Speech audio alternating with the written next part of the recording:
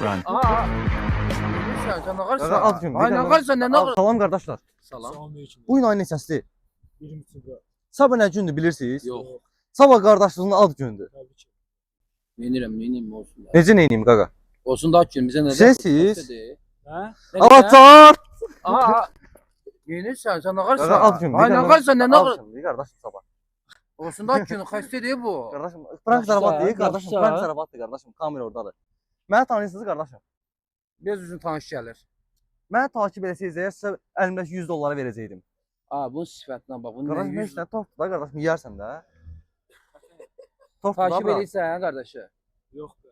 Mən deyirəm. Allah sən yenə də 100 dollar verirəm bura. Sən yenə də üzvə deyil də. Söhbət bağladı. Gəl əlimdə tortu oldu ki, öpüm də bilənsən. Gəl. Canımsan. Gəl səni də öpüm. Yəni olmaz. Uşaqlar, sizə məni takip alın. Hər an belə zarafatlarla sizin qarşınıza çıxa bilərəm. Yaxşı.